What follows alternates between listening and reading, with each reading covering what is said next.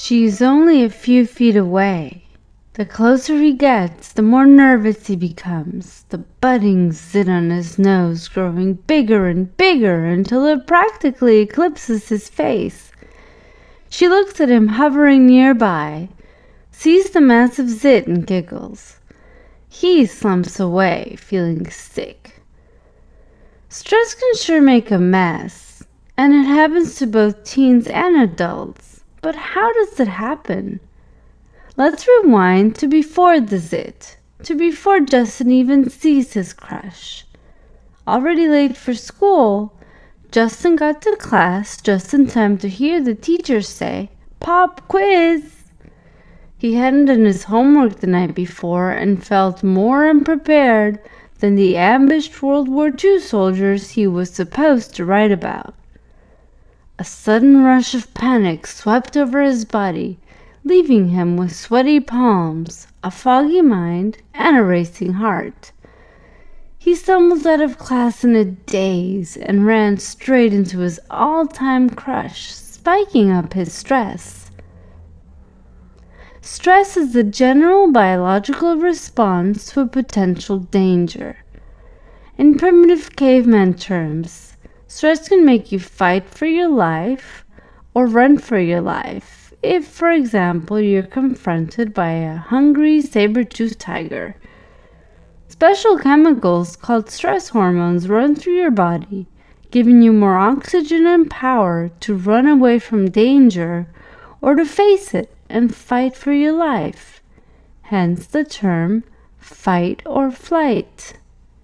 But when you don't fight or take flight, you face the plight. When we're taking final exams, sitting in traffic, or pondering pollution, we internalize stress. It all begins in the brain.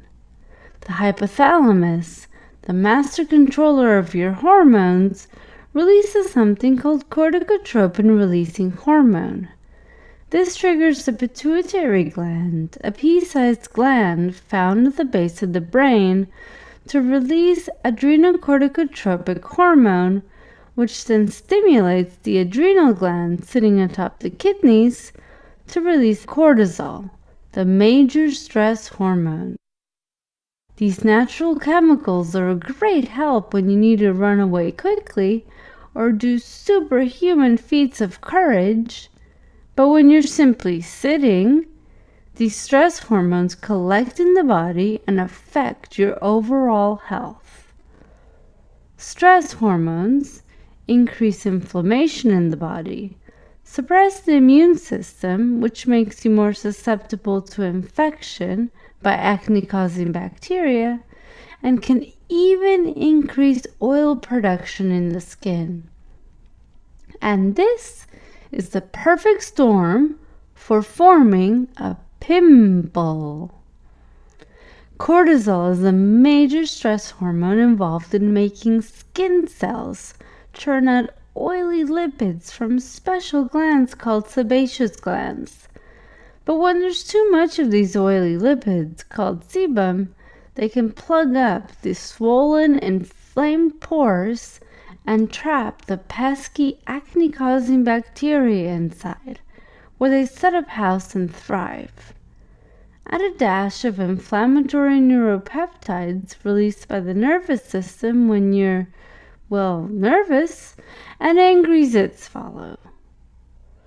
To make matters worse, Justin is a boy, meaning he's got more testosterone than girls. Testosterone is another hormone that increases oil production in the skin. So his already oily skin, together with the boost in oil and inflammation from stress, is the perfect environment for bacteria to swell up into a major zit. So what could have Justin done to avoid the big pimple? Stressful situations are unavoidable, but we can try to change our responses so that we're not so stressed in the end. And had he been confident in approaching her, she might not have noticed the pimple. Or he might not have had one.